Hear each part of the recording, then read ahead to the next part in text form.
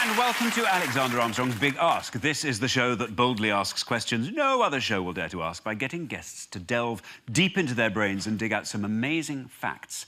Facts such as, did you know that cars were first made with ignition keys in 1949? Before that, swingers' parties involved picking out a stranger's crank handle. Research shows that squirrels forget where they've put 50% of the nuts they've hidden. Worst part is, when spring arrives, they realise they're on the whole table all the time. Oh. Tonight I'm joined by three comedians so well known they are literally part of the furniture. We've a charming tall boy from Manchester, a delightful chair from the news quiz, a smart dresser from Loose Ends. Please welcome Jason Manford, Sandy Toksvig and Clive Anderson.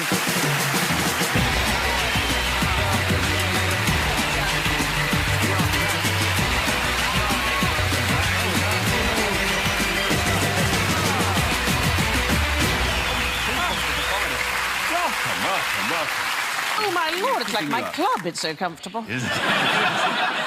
Now, Jason, of course, you're no longer merely a stand-up comic. You're doing a bit of acting at the moment, and also musical theatre. Oh, yeah? Yes, we have a picture. There! What was the show, then? I was in Sweeney Todd with, Michael Ball and Imelda Staunton. It was all right, yes. I was dead by 8:30, to be honest. Oh, there you go. Do you know, I made my professional debut with Imelda Staunton, and she and I are both of diminutive height, and we shared a dressing room that was known as the Midget's Quarters. Clive, was your dressing room all right this evening? The dressing room was fine. It wasn't haunted by the ghosts of some dead light entertainer from years ago. OK, well, this is round one, and I've given each of you a category, and I've asked you to reach into your respective brains and pull out a question that will test your fellow guests. So I do hope you've been swatting up. Now, if anyone manages to get a question that nobody can answer, they score 10 points. Ooh. If you answer the question, you score 5 points. And it's as simple as that. OK, now, Jason, for you, I've chosen the colour yellow. The colour of sunshine, happiness, buttercups and double lines. Oh, she's had work done, hasn't she? Look at that. Yes, Jason, what's the question you are going to ask? OK. In 1793, after an outbreak of yellow fever in Philadelphia, a young doctor called Stubbins Firth, he did something quite extreme to prove that it wasn't contagious. But what was it? Wow. Wow, Stubbins Firth. That's what I'm calling him. That's his name. Stubbins Firth. That's his name. And he was definitely the first person... I'm so sorry. So this is yellow fever? Yellow fever, yeah. And he wanted to prove it wasn't contagious in any way. Please, Clive, Sandy, Yes. do feel free to write down your answers. Yeah. Were you sickly ever? Are you generally sickly? Not really. I remember going through a point, there was loads of adverts about testicular cancer on the telly, and I just suddenly got this panic of going, like, every time I was in the shower going, hang on, what's that? One time it was just a Rice Krispie. Oh, really? Yeah. How did it get in there? Just, you know, when you're not concentrating. So I went into the doctor's, and I said, oh, I just have got a little bit of a lump, I think, on my left. And then the word testicle just went, and I heard myself go, bollock. There was a weird moment where I was lay on the couch and he was, you know, he's doing all that, checking, having a little feel, checking, and you're looking at everything else that's not him. And he's having a check. And after, I don't know, 20 minutes? No, after a few seconds, we sort of caught each other's eye.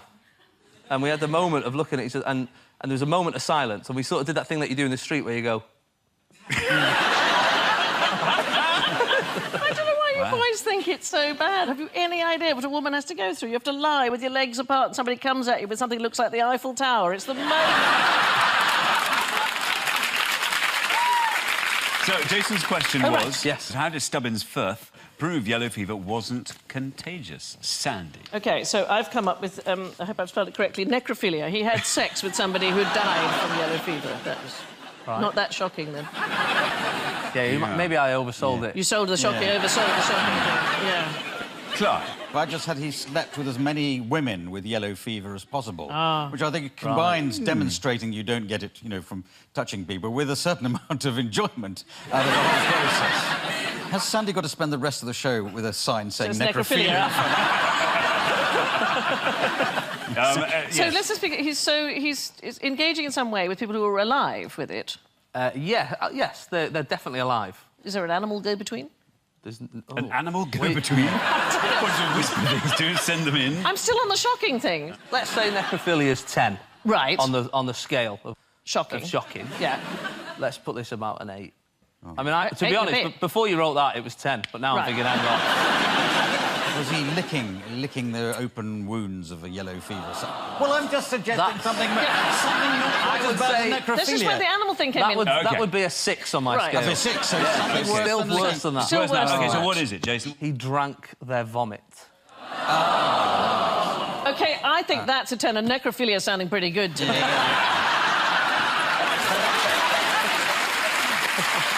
Oh, it's a way of getting someone else's 5 a day, isn't it? Well, it's a...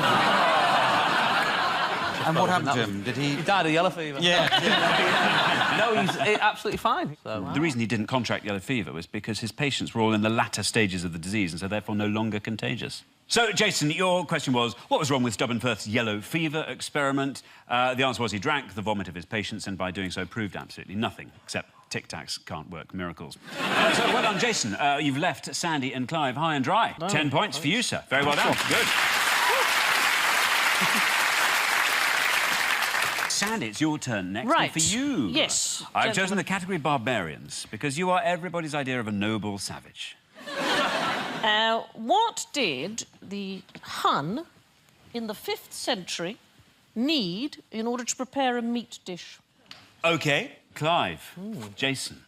It's a funny thing about the Hun, you know, they talk all the time about the boys. There were some fantastic female warriors amongst them, Really? for example. Princess Kutaloon. Princess Gutelu? Kutaloon. Kutaloon. She said, any man who can wrestle me and win, I will marry. And any man who wrestles me and loses has to give me 100 horses.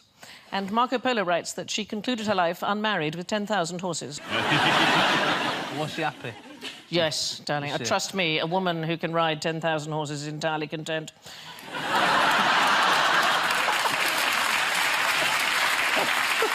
Reminds me of school when we used to take our bicycle across the cobbles, but that's a long time ago. Sandy asked... Yes. What did the Hun require in the kitchen when preparing meat? OK, Clive, have you got an answer for this? I just imagine them using as a pot the head of an enemy, cooking the meat inside the head of his enemy. It shows a little corner of your brain we had no idea about. Yes. And, Jason, what have you got? I didn't know where this was invented, so... Do you think that the Hun invented Nando's? Is that what you're suggesting? It's been around for ages. OK, what did the Hun require to prepare a meat dish? Sandy. The answer is a horse and their thighs. Come dine with me is never going to be the same, is it? So what used to happen was that the Hun would have a very nice piece of meat and they would put it in a linen bag and they would then put it on the saddle of their horse and then they would get on and they would ride. And the action of riding would kind of tenderise the meat and when they got back it was in a fantastic state and ready to be cooked. And this was a common method of... in fact, bizarrely, was used up until about 20 years ago in the Tour de France. It was not uncommon. It was not uncommon. Oh, yes, before they went drug crazy. It was not uncommon for riders to put a stake down their cycling shorts in order to avoid saddle boils. Now, of course, the famous Hun we are talking about is this man here, Attila the Hun. One of the toughest men in all history, but I did read somewhere that he died from a nosebleed. So, yes, whatever they lacked in culinary sophistication, they made up for in high-quality cocaine. That's nice. Now, with all this talk about Huns, I'd quite like to talk to an eminent friend of mine, a fine geographical historian and famous dad off the telly, Hugh Dennis. And I've actually got him here. I'm just going to call him up. He knows a thing or two. Oh, this is very high-tech. Isn't it? Hugh, are you there? Hello there. Can I just say I'm sitting on a pound of raw steak? You always are. But... Now, Hugh, tell us what you know about Attila the Hun. Attila the Hun was responsible for the establishment of Venice. When he attacked that particular bit of Italy that Venice is in, all the inhabitants ran off and saved their cornettos by building a town in a lake. Where are you? I'm in Glasgow. What are you doing up in Glasgow, Hugh? I'm presenting a thing called the Customer Care Awards. Excellent. And customer care, of course, is, you know, not something the Huns particularly bothered with. What advice would you give to the Huns? I think they could just have done with being a bit nicer, frankly. If they had their time again, just try and sort it out by talking. Oh, Hugh, enjoy the rest of your trip. Thanks for joining us. Hugh Dennis, everybody. Go.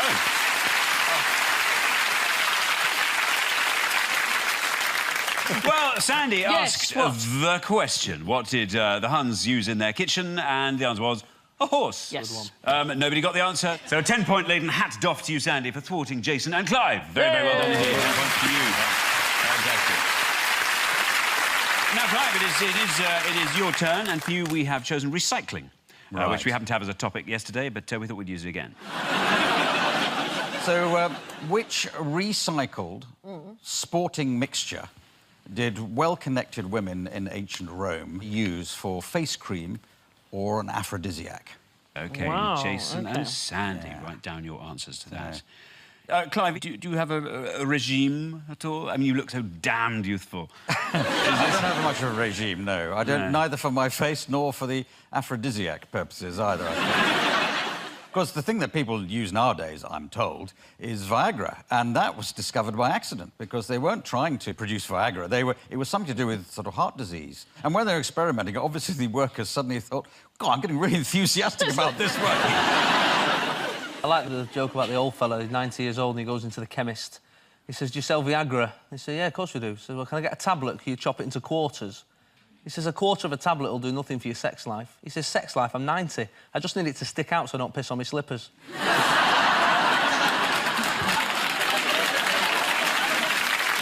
Are you a good recycler, Clive? Jokes, certainly, but they make it sort of easy for you now around my way. They come and take things away, you know, newspapers... Yeah, but how many different things do you have to put them in? We have 4. Oh, really? The worst thing is, I don't know what colour bin goes out on what day, so I just do what everyone else does and copy that bloke who lives across the road. He just always knows. He's like the oracle of the street. He, like, puts his blue one out. I think, right, nice one, blue. That'll do. And he could be doing anything. I don't know. He could just wind me up one day, just put the brown one out and then just go in laughing. Not even brown today. So Clive's question was, what recycled sports-based mixture did well-connected women in ancient Rome use as face cream and aphrodisiac? Sandy. OK. I've put Olympic sweat. Well, Olympic sweat. Yeah. Olympic sweat. OK. What have we got? I put Lucozade. Oh, I think yours is way better. You'll get a free crate of Lucozade now sent to you. Well, I'm hoping for that and some piri-piri sauce. What it wasn't quite Olympics, which is a bit more Greek than Roman, but... sweat from the Colosseum? It's from the gladiators. They didn't really have soap in ancient Rome, so the way everybody washed, if they were minded to do it, was they would put oil over their body, and then you'd scrape the oil off your body again, and that would bring with it the dirt and the sweat off your body. But gladiator sweat, and I've got something here to demonstrate this in my pocket. Let me get it out. This is a strigil. This is what I thought you were going to get some sweat out. Yeah, this is what you use. This thing with a slight sort of shape, and you scrape your sweat off with the oil, put it into a bottle, and these women who were like the fans would buy this stuff, and they would either rub it on their face or they would sort of rub it on their husbands, their rather feeble, older husbands, to put a bit of a gladiator Bit of vim back into... Bit of vim. Wow. They didn't have vim, they had oil, you see. Stubbins Firth would just get that... Oh, he loves that. Run his thumb up the... up the strigil. Many emperors like to take part in the Colosseum as well. Nero once fought a lion armed only with a spear. I say only. Holding a spear is pretty impressive for a lion, I'd have thought. But anyway, there we are. I asked, what did Roman gladiators do with the oily gunk they scraped off their bodies? And the answer is they would sell it as a perfume and anti-aging cream to Rome's desperate villa wives. Now, Sandy, you got that right. I'm going to give you the 5 points there. Yeah, thank you very much. Very, very well done indeed. Fantastic. Well, that's it for part 1. We'll be exploring more great wisdom after the break. Like this, there is a fruit grown in Africa called miracle fruit, which can temporarily change a human's taste buds. Although we have our own British substance, which can do exactly the same job. It's called white lightning cider. I'll see you in a minute.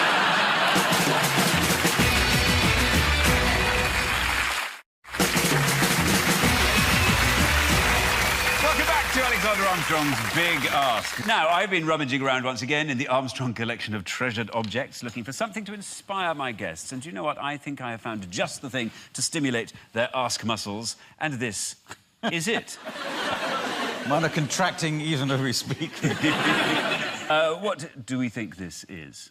It's clearly an ostrich, which is going on a life of crime, and has put that mask on to avoid detection. It's a plague mask. It is, of course, a plague mask. It's a mask that was worn to avoid the plague. Did you know that the plague came to Britain through Weymouth? And I once mentioned this on a television programme, and I got a letter from the mayor saying I shouldn't come to Weymouth again. I hadn't been planning to go, but it's so just you're avoiding Weymouth like the plague? No, well, yes. Do you know how they worked? Well, I say how they worked. What basically, they'd fill this nose full of pungent things like lavender and... cloves. Camphor and sponges soaked in vinegar. And it did absolutely nothing. It would work, wouldn't it? Because if it comes from rats, a rat seeing that coming down the street that's true. Fair point. Run away. Shit, it's a massive crow. Giant. Run! So the subject is life and death. Life and death. I think we have a picture here. There we go. Oh! Madonna and child. I'd like each of you to come up with a question on the topic of life and death. Then I will pick my favourite question, and the other two will have to see if they can answer it. OK, so, Jason, what life and death query have you brought along with you? It's called life, I think. That's nice, isn't it? The Argonaut octopus can do something with one of its appendages that no one here, audience included, can do. What is it? Wow. This is a great question, because this is Jason and the Argonauts question. Yeah? Sandy, a life and death question. 1,000 years ago, the monks of the Dainichibo temple in northern Japan... Oh, say that again. Dainichibo. Lovely. Temple in northern Japan followed the ultimate diet. And what was it? Clive, what are you going to say? How did an MP die while sucking up to the Duke of Wellington in 1830? How did an MP die in 1830, sucking up to the Duke of Wellington? How did the monks of Dainichibo go on the ultimate diet? Yeah, what was the ultimate diet? And the Argonaut octopus Yes. does something amazing with its appendage. Yes. Do you know what? Dainichibo, obviously I want to know about it, and of course I want to know about the sucking up MP, but who doesn't want to know about the appendage of... yes, so we will be going with your question. OK. Sandy, though, briefly, the Dainichibo monks. How did they go on the ultimate diet? Yeah, what was the ultimate diet? So what they would do is they would eat bark and roots and seeds and stuff over a 6-year period, and then they would drink the sap from a particular tree. And this basically caused them to vomit a lot, and they would basically mummify themselves over a 6-year period until they finally ended up basically not really able to move, not feeling too clever, actually. And they'd sit in the lotus position in a tomb that was made just their shape, with an air tube and a bell, and they would ring the bell every day if they were alive, and then once the bell stopped ringing, it became a kind of a human Buddha. Wow. Wow. Yeah, it's weird, isn't it? It's weird. Yes, it is quite weird. It's very unpleasant. I'd still rather do that than a Gillian McKeith diet, though. Yeah. I used to like it when she used to go through people's poo and then go, there's something wrong with what you're doing with your life. And you go, really, out the two? Yeah. Out the two? Yeah. Really? Clive. Can I guess yours, Clive? Are we allowed to guess? Yes. You're doing so well. Is it to do with the railway? It is. You know everything, Sandy, today. I think this MP was trying to show off, and he's the very first fatality on a British railway. It's virtually the first fatality, yes. It was the... What's so awful about it? It was the opening ceremony. Yeah. This was Stockton to Darlington, was it? Well, Liverpool to Manchester. Right. Anyway, he's striding up, and he noticed the Duke of Wellington was there, who was the Prime Minister at the time, and he thought he'd just have a chat, because they'd fallen out over something political, and he was sort of chatting away to the Prime Minister, not realising that there was a train, in fact, it was Stephenson's rocket, coming in the other direction, and it killed him. Of course, the way that... Wellington might have gone behind you. Anyway, Jason, back very quickly to your question, which was... So the Argonaut octopus can do something with one of its appendages Right. that no one else here can do. Jason, do you have sturdy sea legs? No, I'm terrible. Really? You know, there's gigs on cruise ships and stuff. Yeah. And Have you done them? I've done one once, and I was on stage, and the boat's like that, and I was going, oh.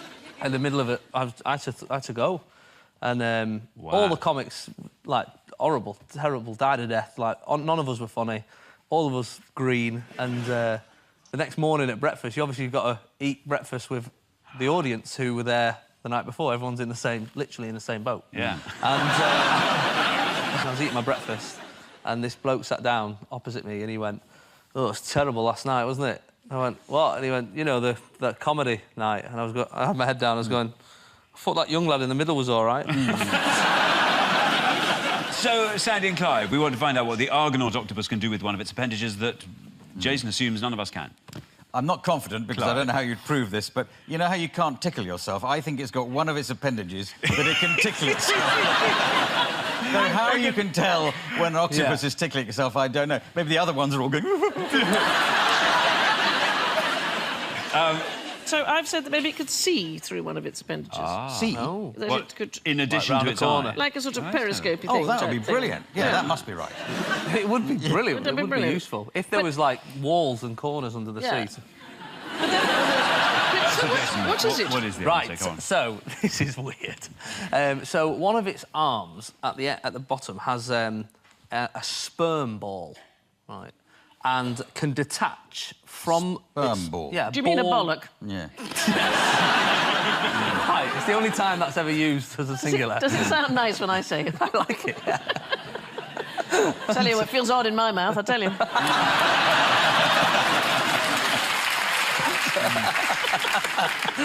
So it can detach one of its legs, one of its arms, legs, I presume they're the same.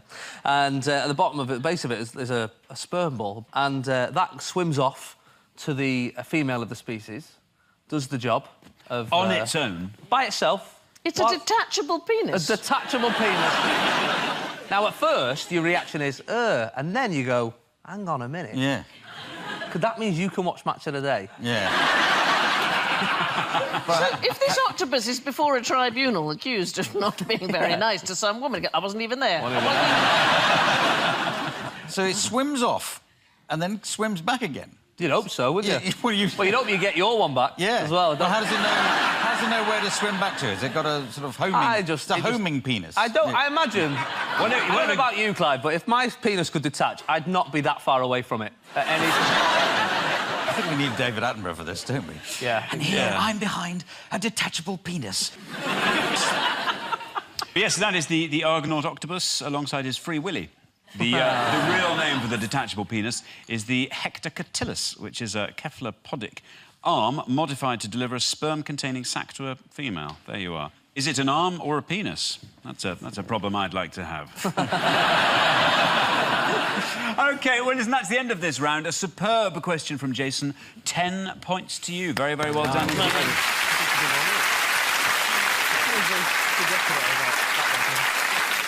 So time for our next round, which I'm going to call Ask a Potentially Offensive but Definitely Hilarious Question to a Celebrity of My Choice. I hope that's clear enough. So, OK, let's kick off with Tonguey Chef, Jamie Oliver. Oh, I say, Sure, it's what's cat. he come as? Did you know if you don't keep saying lovely jubbly and bing bang bosh, you can do your 30-minute meals in 15?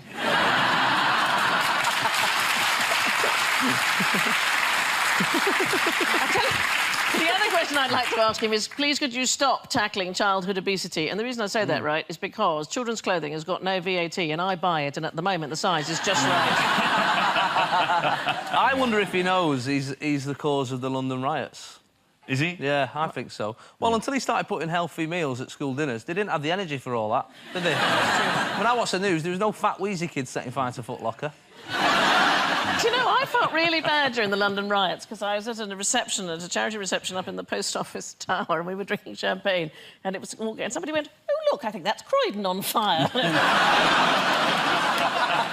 I was performing in a theatre about 200 metres from where these riots were happening, and the audience were a bit nervous, and I had to sort of go out and say, "We'll be all right here. These people don't know where the theatre is. This is what are they going to do here?" Like, just get like, "We're getting tickets for Mamma Mia." It's not going to happen, is it? Looting the theatre. You had some weird experience in your dressing room, though. Is this I was true? in a haunted dressing room, yeah. Yeah. Well, I mean, if you believe in all that. I was talking to my daughter on Skype, and she's 3. Yeah. And she was at home. She just went, "Daddy, what is that man doing behind you?" And I said, "What?" I said, "What does he look like?" She said, He's a soldier." I went, "Hang on now, what's going on here?" But I spoke to the company manager at the theatre, and apparently this guy was stabbed at stage door in 1897, an actor, by an understudy who'd obviously, you know what they're like. Yeah. And he wanted the part, I presume, and that's probably the best way, rather than just working harder. But that night was he was actually making his debut in a play called The Secret Service, where he was playing a lieutenant in the American Army. Wow. I know, so... Oh, there you are. Weird, isn't it? Next, running man, Mo Farah. I say, do you know the rest of YMCA? After you've run 10,000 metres round the track, is it annoying to find you back where you started? He's too nice to ask a difficult question. It's true. Next, the sinew of pop, Madonna. Do you know the meaning of the word age-appropriate? I've seen your film about Wallace Simpson. Can I have that 2 hours of my life back? I've got loads of kids. Do you want one? After all the time you've spent in the gym, will it annoy you when you and I die at the same age?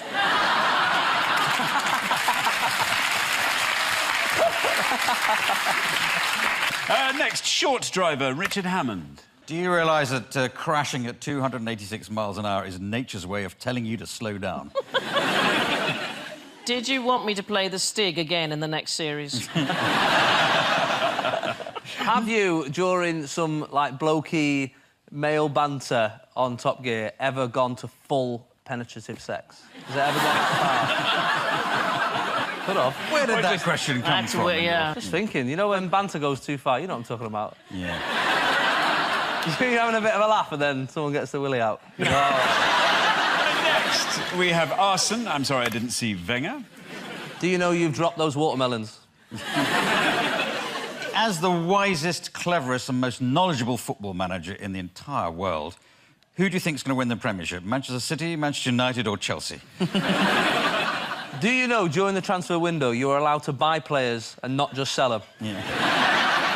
Next up, rangy shopwoman Mary Portas. Who are you?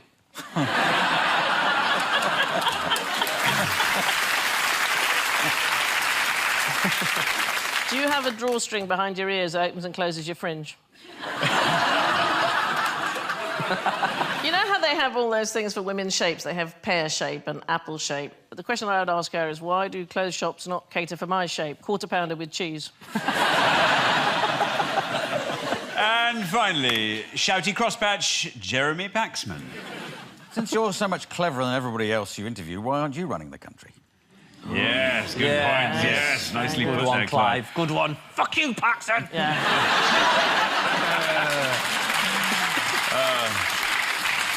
There we are. OK, well, that's the end of that round. Never was so much scorn thrown at so many by so few. But for venting the best spleen, I think I'm going to choose Sandy as my winner of that round. So 5 points to Sandy. Very well done indeed. Well, it's presentation time, and tonight's glittering prize is the Tomlinson's School Summer Fate Silver Cup, which I got for my work in Cake and Fancies. And tonight, I would like to award this to our winner, Sandy Toxvig. Oh. There we are. Let me hand that to you. There we are. Very, very well done. Very well done indeed. Now, that only leaves me to thank my guests, Jason Manford, Sandy Toxvig and Clive Anderson. Please give it up, whatever that means.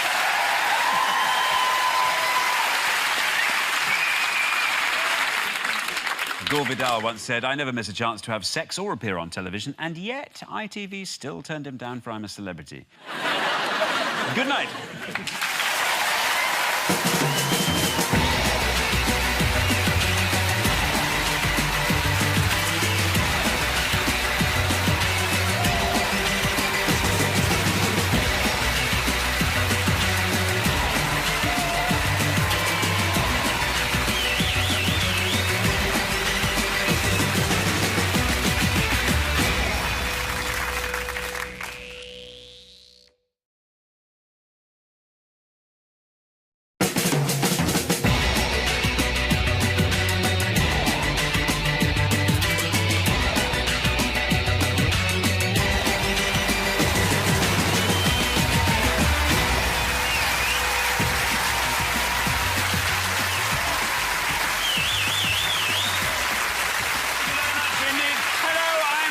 Armstrong, and welcome to Alexander Armstrong's Big Ask. This is the show that boldly asks questions no other show will dare to ask by getting guests to delve deep into their brains and dig out some amazing facts.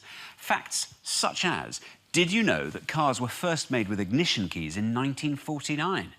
Before that, swingers parties involved picking out a stranger's crank handle.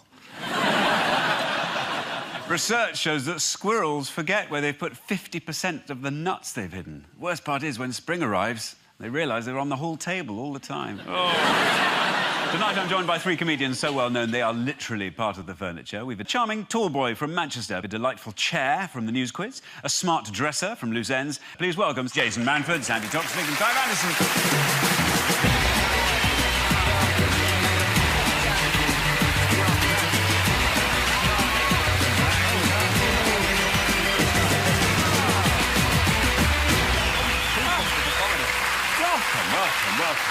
Oh, my Lord, it's like my club. It's so comfortable. Isn't it? Now, Jason, of course, you're no longer merely a stand-up comic. You're doing a bit of acting at the moment, and also musical theatre. Oh, yeah? Yes, we have a picture. There! What was the show then? I was in Sweeney Todd with, Michael Ball and Imelda Staunton. It was all right, yes. I was dead by 8:30, to be honest. Oh, there you go. Do you know, I made my professional debut with Imelda Staunton, and she and I are both of diminutive height, and we shared a dressing room that was known as the midget's quarters. Clive, was your dressing room all right this evening? The dressing room was fine. It wasn't haunted by the ghosts of some dead light entertainer from years gone. OK, well, this is round one, and I've given each of you a category, and I've asked you to reach into your respective brains and pull out a question that will test your fellow guests. So I do hope you've been swatting up. Now, if anyone manages to get a question that nobody can answer, they score 10 points. Ooh. If you answer the question, you score 5 points. And it's as simple as that. OK, now, Jason, for you, I've chosen the colour yellow, the colour of sunshine, happiness, buttercups and double lines. Well, she's had work done, hasn't she? Look at that. Yes, Jason, what's the question you are going to ask? OK. In 1793, after an outbreak of yellow fever in Philadelphia, a young doctor called Stubbins Firth, he did something quite extreme to prove that it wasn't contagious. But what was it? Wow. Wow, Stubbins Firth. That's what I'm calling him. That's his name. Stubbins Firth. That's his name. And he was definitely the first person... I'm so sorry. So this is yellow fever. Yellow fever, yeah. And he wanted to prove it wasn't contagious in any way. Please, Clive, Sandy, Yes. do feel free to write down your answers. Yeah. Were you sickly ever? Are you generally sickly? Not really. I remember going through a point, there was loads of adverts about testicular cancer on the telly, and I just suddenly got this panic of going, like, every time I was in the shower going, hang on, what's that? One time it was just a Rice Krispie. Oh, right. Yeah. How did it get in there? Just, you know, when you're not concentrating. So I went into the doctor's, and I said, oh, I just have got a little bit of a lump, I think, on my left. And then the word testicle just went. And I heard myself go, bollock? There was a weird moment where I was lay on the couch, and he was, you know, he's doing all that, checking, having a little feel, checking, and you're looking at everything else that's not him. And he's having a check. And after, I don't know, 20 minutes? No, after a few seconds, we sort of caught each other's eye. And we had the moment of looking at each other, and there was a moment of silence, and we sort of did that thing that you do in the street where you go... You boys think it's so bad. Have you any idea what a woman has to go through? You have to lie with your legs apart and somebody comes at you with something that looks like the Eiffel Tower. It's the most... So, Jason's question was... Yes. How did Stubbins Firth prove yellow fever wasn't contagious? Sandy. OK, so I've come up with, I hope I've spelled it correctly, necrophilia. He had sex with somebody who died from yellow fever. That was not that shocking, then. Yeah, maybe I oversold it. You sold the shocking, oversold the shocking. Yeah. Clive. I just had he slept with as many women with yellow fever as possible, which I think combines demonstrating you don't get it, you know, from touching people, with a certain amount of enjoyment out of the whole process. Has Sandy got to spend the rest of the show with a sign saying necrophilia? So let's just figure. He's engaging in some way with people who are alive with it. Yes, they're definitely alive. Is there an animal go-between? There's An animal go-between? What do you whisper things to? Send them in? I'm still on the shocking thing. Let's say necrophilia is 10. Right. On the scale of shocking. Yeah. Let's put this about an 8. I mean, to be honest, before you wrote that, it was 10, but now I'm thinking, hang on. Was he licking the open wounds of a yellow fever? Well, I'm just suggesting something not I would about say- necrophilia. This is where the animal thing came That in. would, Okay. that would be a 6 on my Right. scale. That's a 6, so It's something still worse than that. Still Worse than worse that. than OK, so that. what is it, Jason? He drank their vomit. OK, I think